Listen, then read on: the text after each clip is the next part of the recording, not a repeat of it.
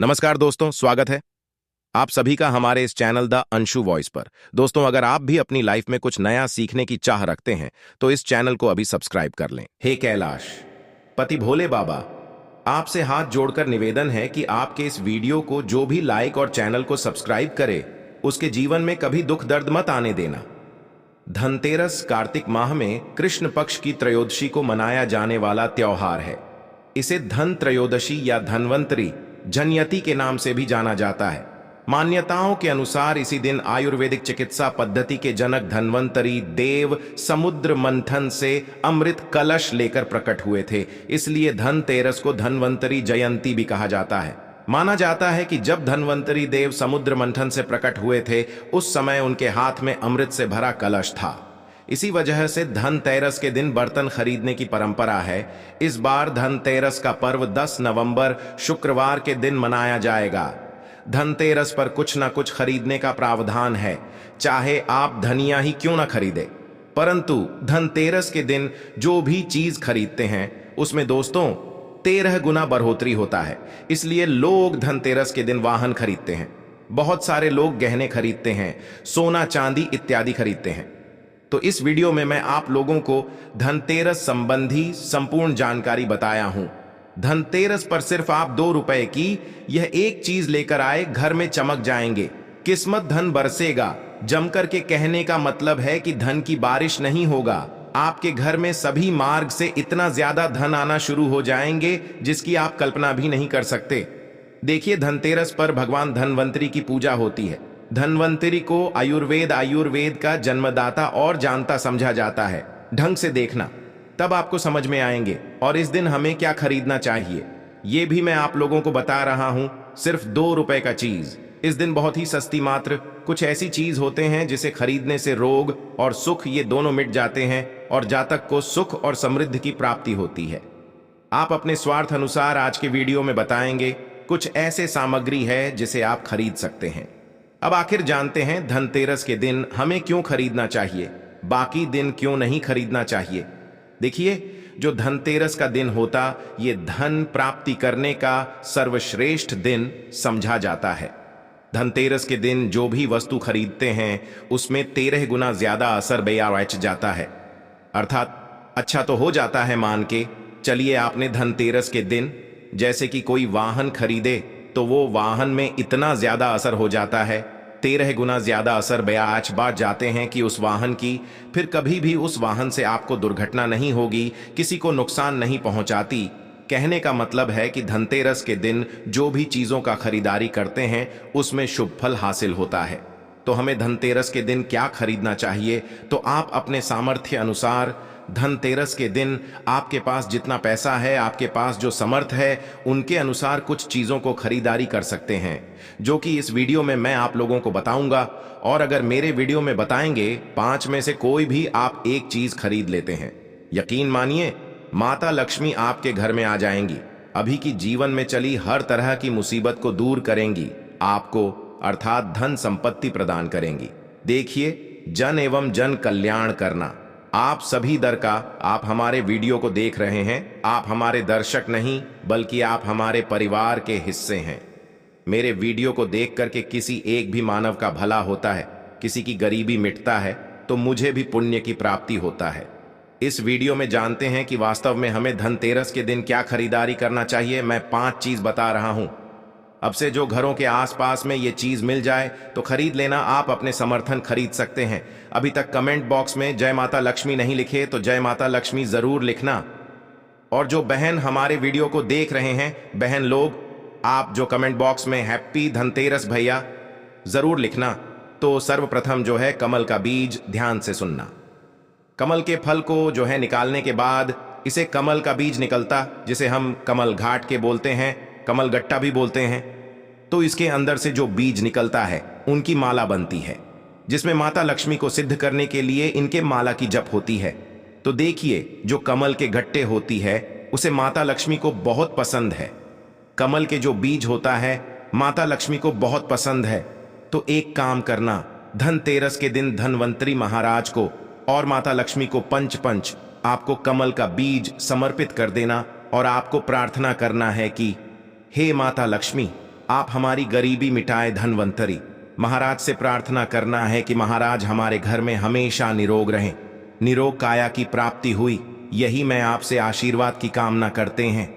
इस तरह से प्रार्थना करते हुए कमल का बीज इस दिन खरीद करके लाइए, माता लक्ष्मी तथा धनवंतरी महाराज को समर्पित कर सकते हैं। आजीवन आप निरोग रहेंगे और आपके जीवन में धन का कमी नहीं होगा, क्योंकि इस समय में सभी दिव्य शक्तियां जागृत अवस्था में होती हैं। धनतेरस के दिन और आपकी पुकार सीधा माता लक्ष्मी और धनवंतरी महाराज तक के पहुंचते हैं। इसके बाद औषधि देखिए। इस दिन औषधि क्यों खरीदना चाहिए? क्योंकि औषधि हमें निरोग काया प्रदान करती है, हमें जो निरोग रखने का काम करती है। तो ऐसा मान्यता है कि इस दिन धनतेरस के दिन, क्योंकि इस दिन धनवंतरी महाराज जो है समुद्र मंथन से उत्पन्न हुए थे और अमृत का कलश लेकर के उत्पन्न हुए थे। धनवंतरी महाराज को, धनवंतरी देवताओं को जो है देवताओं के वेद कहा जाता है।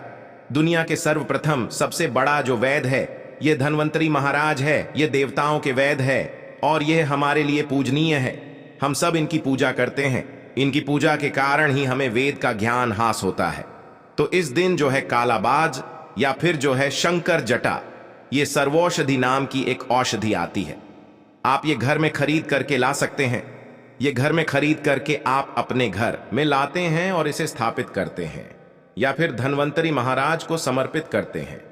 तो जब तक ये औषधि आपके घर में रहेंगे, जब तक आपके घर में बिल्कुल ही किसी को रोग नहीं आएगा। और ऐसा भी कहा जाता है इस दिन औषधि खरीद करके लाने के बाद, जैसे कि शंकर झट हैं, सर्वौषधि आते आप जो इस दिन इंद्रजाल नाम की जो जड़ी आती है वो भी खरीद करके ला सकते हैं। या फिर किसी भी तरह की चमत्कारिक पेड़ पौधे की जो बाधा होती है या फिर चमत्कारिक जो वनस्पतियां होती हैं, ये खरीद करके लाकर धनवंतरी महाराज को समर्पित करें, ऐसा कहा जाता है। इस दिन समर्पित करने के बाद ये जो औषधियां होती हैं, जड़ी बूटियां होती हैं, जागृत अवस्था में हो जाती है मान के। चलिए, किसी को लंबे समय से कोई बीमारियां ठीक नहीं हो रहे तो इस दिन समर्पित किया गया औषधि की अगर 2 से 3 बूंद, अगर जो लंबे समय से बीमार खाट में पड़े मानव हैं, चलने फिरने में समर्थवान नहीं, तो इसके नाक में अगर इसके 2 से 3 बूंद जो आप औषधि ला रहे हैं उसके 2 से 3 बूंद नस दिया जाए तो वो मानव भी ठीक होकर के कुछ दिनों के भीतर में चलने फिरने लायक हो जाते हैं। कहने का मतलब है कि इस दिन सभी तरह की जो औषधि होती है उसे जागृत करने की जरूरत नहीं पड़ती, स्वयं जागृत होते हैं। इसलिए इस दिन औषधि ला करके आप जो समर्पित जरूर करें। इसके बाद हैं गोमती चक्र और कौड़िया। तो देखिए, जो कौड़ी होते हैं बचपन में काफी खेले हैं। जो गोमती चक्र होते हैं भगवान विष्णु से उत्पन्न हुआ एक धार्मिक कथा के अनुसार जो गोमती चक्र है भगवान विष्णु से उत्पन्न हुए, कौड़ी माता लक्ष्मी से उत्पन्न हुए। इसके बारे में एक मैं कथा भी बता दूंगा। तो इस दिन आप अपने समर्थन 5 गोमती चक्र और 5 कौड़ी जरूर लाना। पीली कौड़ी जरूर लाना। पीली कौड़ी को माता लक्ष्मी का वाहन कहा जाता, क्योंकि माता लक्ष्मी भी समुद्र मंथन से उत्पन्न हुई, समुद्र से उत्पन्न हुई है और कौड़ी भी समुद्र से उत्पन्न हुई है। ऐसा कहा जाता है जिससे स्थान में कौड़ी हो वहां पे माता लक्ष्मी खींचे चले आते हैं। जिस तरह जो चुंबक होती है लोहा को अपनी तरफ आकर्षित करने का काम करता है, उसी तरह जो ये कौड़ी है यह धन लक्ष्मी को अपनी तरफ आकर्षित करता है। तो हमारे धर्मशास्त्र कहते हैं कि इस दिन गोमती चक्र और कौड़ी माता लक्ष्मी को जरूर समर्पित करना चाहिए। ये चक्र समर्पित करने से जो गोमती चक्र का स्वाभाविक स्वभाव है कि आपके जीवन में चली परेशानी को समाप्त करते हैं। गोमती चक्र का सरल सर है, ये स्वयं असर दिखाती है। जिसे घर में गोमती रखा हो उस घर में किसी भी तरह का बाधा नहीं आने देते। तो गोमती 5 आपको गोमती चक्र लेना है और 5 आपको पीली कौड़ी लेना है। अगर आपके समर्थ हैं तो आप जो 21 गोमती चक्र और 21 पीली कौड़ी जरूर ले लेना और आप जो है माता लक्ष्मी को इस दिन समर्पित कर देना। या फिर घर के किसी बच्चे को नजर दोष लगने हैं या घर में किसी बच्चे को जल्द ही नजर दोष लग जाते हैं तो ये काम जरूर करना। इस दिन गोमती चक्र को लाल कपड़े में बांध करके जो छोटे बच्चे को नजर दोष लग जाते हैं उसे पहना देना, नजर दोष नहीं लगेगा। जिनके घर में लंबे समय से बीमारी है, जो बीमार से छुटकारा पाना चाहती है, खुद आपको कोई रोग हो आप चाहते हैं कि वो रोग से आपको मुक्ति मिल जाए, या फिर कोई लोग आपके ऊपर में किया कराया कर देते हैं, तो आपको इस दिन 7 गोमती चक्र लेना और शरीर से 7 बार उतार आकर के इसे बहते हुए जल में बहा देना है। बहते हुए जल की निर्मल धारा में प्रवाहित कर देना है। बिल्कुल ही जल की धारा के साथ में आपके शरीर में किए गए तंत्र विकार गोमती चक्र खींच लेंगे, बहा देंगे, और आप आजीवन बीमारी से मुक्त रहेंगे। इसके बाद है झाड़ू। इस दिन क्यों खरीदना चाहिए? क्योंकि झाड़ू को माता लक्ष्मी का स्वरूप समझा जाता है। धर्मशास्त्र भी कहते हैं जो झाड़ू है यह लक्ष्मी, जो कचरे हैं राहु है, तो जो झाड़ू है हमारे घर से कचरे को बाहर फेंकने का काम करते हैं, अर्थात ये निकालते हैं। झाड़ू से हम कचरे को साफ करते हैं। तो झाड़ू किसे? झाड़ू को लक्ष्मी कहा जाता है, कचरे को राहु। तो झाड़ू रूपी जो लक्ष्मी है, कचरे रूपी राहु को हमारे घर से बाहर फेंकने का काम करते हैं। जहां पर गंदगी वातावरण हो वहां पे राहु आते हैं, वहां पे केतु आते हैं, वहां पे फिर नकारात्मक चीजों के असर बढ़ते हैं। इसलिए झाड़ू घर में रखने से झाड़ू को सकारात्मकता ये लाती है। माता लक्ष्मी के ही स्वरूप कहाँ गए हैं? तो आपको धनतेरस के दिन 2 जोड़ा झाड़ू लाना चाहिए। आपको जोड़े के स्वरूप में झाड़ू लाना चाहिए और इसे ला करके जैसे देवी माता लक्ष्मी की आप पूजा करते हैं उसी तरह झाड़ू की भी पूजा करना है, और इसे आपको प्रार्थना करना है कि हे माता लक्ष्मी, अब के कृपा से हमारे घर में पूरे साल पूरे वर्ष भर धन की कमी ना हो। इस तरह से प्रार्थना करना है। झाड़ू को माता लक्ष्मी का स्वरूप आपको मानना है। झाड़ू माता लक्ष्मी के ही स्वरूप कहेंगे। इसके बाद है धनिया। मैं पिछले वाले वीडियो में भी बताया था, धनिया की जो संबंध होता है सीधा धन की देवी माता लक्ष्मी से। देखिए आज भी ग्रामीण क्षेत्र में धनतेरस के दिन धनिया बोए जाते हैं। ऐसा समझा जाता है धनतेरस के दिन कोई मानव घर में धनिया खरीद करके लाएं और इसे बोते हैं, तो ऐसे मानव के जीवन में जैसे जैसे धनिया कार्य में बनना शुरू होते हैं, वैसे वैसे ऐसे मानव के जीवन में परेशानी है। चाहे धन संबंधी परेशानी हो, चाहे किसी भी तरह का परेशानी, अब परेशानी दूर होता है। जैसे जैसे धनिया का कार्य बढ़ता है वैसे वैसे मानव की अध्यात्म उन्नति होता है। तो कैसा करना होता है? तो आपको मार्केट 1 मुट्ठी धनिया खरीद करके लाना है। आप चाहते हो तो 1 किलो भी खरीद करके ला सकते हैं, परंतु उपाय बता रहा हूं इसमें। आपको 1 मुट्ठी धनिया चाहिए। 1 मुट्ठी धनिया को लाल कलर के वस्त्र में आपको डाल देना है और इसे माता लक्ष्मी के श्री चरणों में समर्पित कर देना है। आपको प्रार्थना करने की, माता इस धनिया से हमारा दुर्भाग्य दूर हो। इस तरह से प्रार्थना करते हुए कुछ धनिया आपको अपने घर के मसाले में डाल देना है पीस करके, और कुछ धनिया को आपको जो है जमीन में धो देना है। जैसे जैसे धनिया उगना शुरू होंगे वैसे वैसे प्रगति होना शुरू हो जाते हैं। फिर ये लगाए हुए धनिया को, जो कच्चे धनिया होता है, आपको इसे आप जो सब्जी के रूप में आप इसका उपाय कर सकते हैं। आप इसे खाना चटनी में भी बना करके आप इसे खा सकते हैं।